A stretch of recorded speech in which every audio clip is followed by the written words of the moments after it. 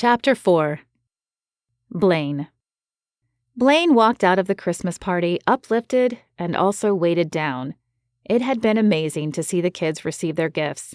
Seeing them so excited had brought a smile to his face and reminded him of how much he used to love Christmas. It was obvious many of those kids had little money and didn't receive gifts often. That realization had convicted him, making him even more sure that volunteering and helping these kids out was important, even if it pained him. As long as he never had to be solely in charge of them, he would be fine. Then there was Kenzi. While he knew that would never amount to anything, it had been fun watching her and imagining, and that moment when she had licked her lips while studying the desserts had almost done him in. In fact, it had been a pretty perfect night until the text from Coach. "The league is suspending Tucker for tomorrow's game." Suspending?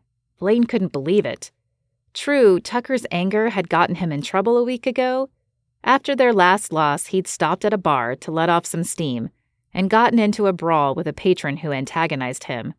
But the bartender had said it hadn't been Tucker's fault. Tucker had even tried to leave, but the man wouldn't let him. No charges had even been filed. The Texas Tornadoes had decided that serving community service would be payment enough for Tucker, and he had served diligently at the center. But evidently the other man hadn't felt that was enough.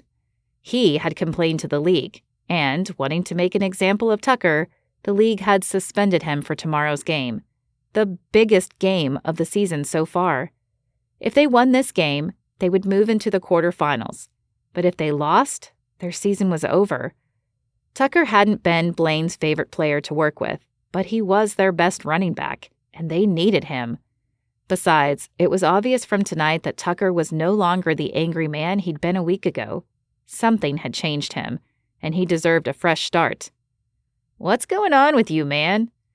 Blaine glanced up at Mason, who had offered him, Jefferson, and Rodney a ride back to their vehicles.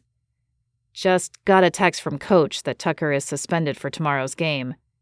Shock and disbelief registered on the other men's faces. "What? How can they do that?" Blaine bit the inside of his lip as he thought about whether he should share Tucker's secret.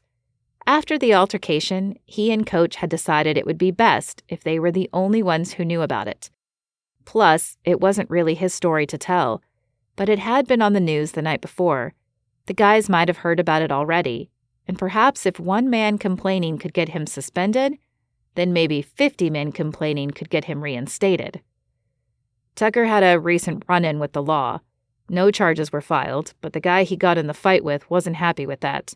I guess he complained to the league, and they decided to make an example of him.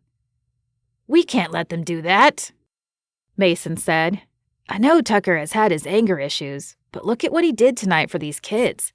He's not the same guy he was even a week ago." "That was my thought too," Blaine said with a nod. "Maybe if we all call the league and tell them what he's been doing, we can get him reinstated." Jefferson ran a hand across his smooth face. He was the baby of the offensive line, but his maturity often matched the older players. "I think I know of someone else who might be able to help. I overheard that reporter, Sylvie Sanders, talking to Tucker. She was asking him why the previous donor decided not to help out this year, but Tucker wouldn't say anything. I'm pretty sure he knows, though, so maybe we can get her to do a story on it." Blaine's mood perked up at that tidbit of information. "That's a great idea. Why don't you see if you can get her number while Rodney and I start calling the rest of the team? It looks like we're going to need a Christmas miracle." Kenzi. "Okay, that was a pretty amazing night," Kenzi said as she took down the last of the decorations still left on the wall. They'd been careful enough they would be able to reuse them again next year. "Yeah, it was good," Shelby said, but her voice did not hold the excitement Kenzi would have expected. The woman had worked tirelessly to make sure this party happened, so why wasn't she happier? But Kenzi could tell something was up with Shelby. But like always, she was going to have to pry it out of her friend. Getting Shelby to open up sometimes was like trying to get a ship out of a bottle without breaking it. Shelby set down the trash bag she had been filling with discarded wrapping paper. "But I feel bad for Tucker. He did all of this?" She waved her arm around the now empty gym that had been teeming with delighted children earlier. but because of Jude Renfro, he's not going to get to play tomorrow. What? Kenzi set the decorations down on the table and turned her full attention to Shelby. What does Jude Renfro have to do with this? Jude Renfro was a local businessman who had donated to the center last year, but Kenzi had always assumed he did it for the tax break and the recognition, and not for the children. This year, he had decided to withhold his donation. Well, you know how I told you Jude Renfro was the guy he got in the fight with? Shelby folded her arms across her chest. Kenzi nodded. This part she had heard before. She wanted to know why Tucker wouldn't be playing in the biggest game of the season so far.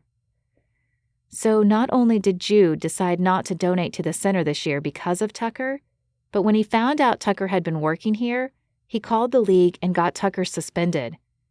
Can he even do that? Kenzi followed football and knew suspensions happened, but they were usually for crimes or using athletic-enhancing drugs. I didn't think one man could have that much sway. I guess one man with the amount of money he has can. The words were filled with disdain as they left Shelby's mouth, but Kenzi couldn't blame her. Not only had Shelby grown up relatively poor, but she managed this center, which existed to help the less affluent families in town. Money, and the right that some people thought it gave them, had always been a bone of contention for Shelby. Wait, wasn't Sylvie Sanders here tonight? A wicked idea was forming in Kenzi's head. Yeah? Why? Shelby had no love for the reporter who'd made a pass at Tucker. Well, I happened to see her talking to Tucker earlier.